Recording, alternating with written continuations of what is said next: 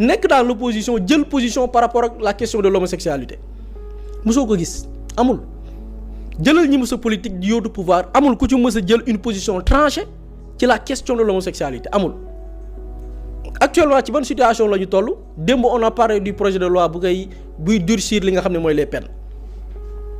on a vu la réaction des médias occidentaux ils seront en guerre avec le Sénégal dinañ taxaw xeex ak suñu réew yenn bailleurs yi dinañ banque seeni loxo mais ñun quelle est notre chance mooy on a testé une recette la recette mooy 2 ans dem nañ sans les bailleurs on a pu lever des fonds yi ñan ñoo ko cotiser des Sénégalais d'ici et de la diaspora boo waxee ñu ne la sous-région ñan ñoo fa nekk on nous parle de ay Côte d'Ivoire mais ces investisseurs là dañuy xool na beneen dëkk bu nekk ci tension dem ne dafay lever des fonds def appel public à l'épargne ndax dinañu wuyu duñu wuyu parce que dañuy xam ne dëkk bii c'est un pays d'avenir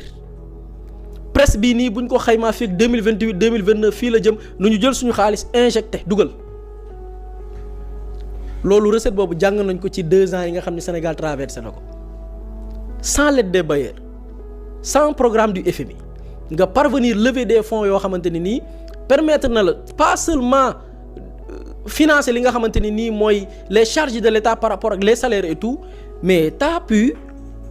defar ay am ay projet d'infrastructure yoo xam ne da ngay gis ku ne c'est très dommage démb dama gis am benn député bu ne inauguré gu leen le niveau est très bas man su ma jëloon sama kër tey di ko tabax ne terrasse laa bëgg ma nekk ab góorgóorlu di tàqale wala di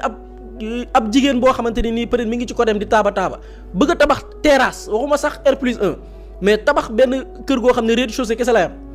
muy góorgóorlu di tàqale kooku kër ga mënu ko sax tabax ci 2 ans ndax dafay tàqale dàq fii épargne dara jënd tonne ciment teg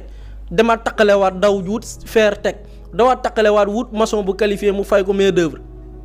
ba kër ga tabax te loolu dina ëpp 2 ans mais on te parle d'état avec la dette cachée avec lépp lu ñu enduré FMI di ñu daw parce que daf ñu bëgg a imposer moom son programme de structuration ñu bañ lànk mu ñadd ñu foofu téye ñu ci ne bàyyi leen duñ dawal 2 ans 2 ans ñëw il se pose des questions lan la ñu nekk di poser comme question Sénégal fan la jaar dañu faire recours à des stratégies yoo xamante nii leerul pourquoi alors que la recette est très claire nos gouvernants ont eu le soutien du peuple bu ñu wootee levée de fonds appel public à l'épargne gars yi cotisé les Sénégalais d'ici et de la diaspora des institutions au niveau de la sous-région gis ni ce pays là avec le plan de redressement gis nañ ni lii dans le long terme ça va porter ñu jël seen xaalis ñoom it dugal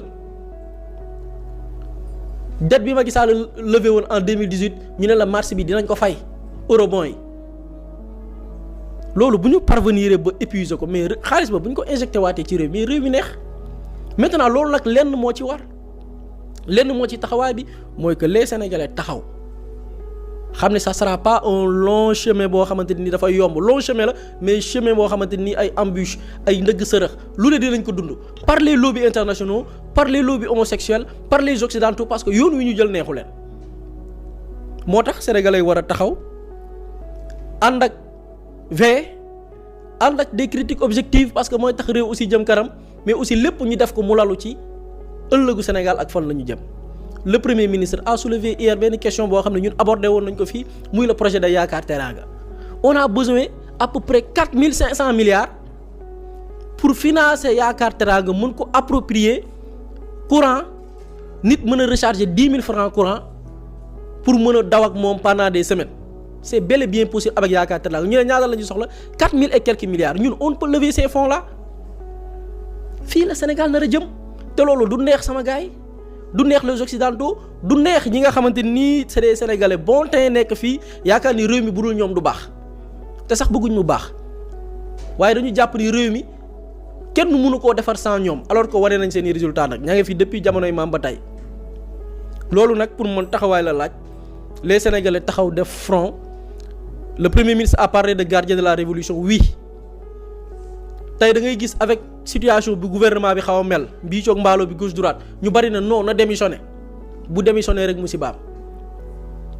bis bu démissionné musibaam bienvenue les vieilles pratiques parce que bu ma nee bu démissionné musibaam qu'est-ce qu'il a fait bi mu nekkee premier ministre et en parlant gardien de la révolution révolution boo defee ba acquérir dara da nga koy ñàkk téye ko protéger ko. Il a mis en place un comité au sein de la primature boo xam ni tous les marchés négociés dañ koy jël càmbar ko on te parle que ci 2 à 3 secteurs il a économisé 400 et quelques milliards bu fi nekkul woon lan la may imaginer nekkul woon primature pour des gens qui disent que comme que demee ni na démissionné bu démissionné woon lan mooy xew ay affairistes ñooy lëkkaloog ay hommes politiques ñu dénk ay ministère bu ne xoolal restructuration bi am au niveau des ministères xam nga surfacturation naka la ko nit ñi doon defee ministère de la justice day am direction de la construction ministère de la santé am direction de la construction ministère de l'agriculture am direction de la construction ministère bu nekk am benn bànqaas boo xam ne lépp lu jëm ci wàllu tabax moo koy gérer ki ñu tabb ministre teg fa nitam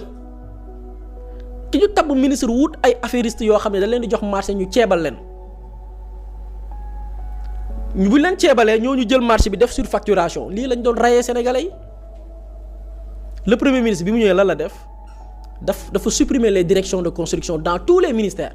jël lépp centraliser ko au niveau du ministère bi ñu jënk lépp lu jëm ci wàllu infrastructure te Déthié Fall diide ko moo tax bi fa nee bi nit ñi naan Déthié Fall xanaa dafay passation de service yi dul jeex en fait passation de service yi mooy toutes les directions de construction dañu jël boole ko moom ci moom yëfam mu gérer ko nag sous la supervision de la primature c'est-à-dire que ku ci jox marché dafay jaar primature ñu càmbar ko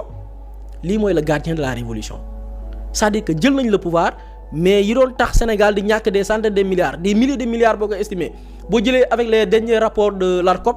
des milliers de milliards Sénégal ñàkk na ko ci ay marché yaa ma neex ñu ne loolu amatul mais ces gens yi doon am moccaat yooyu noonu ngeen yaakaar ni ils veulent que Ousmane Sonko nekk fi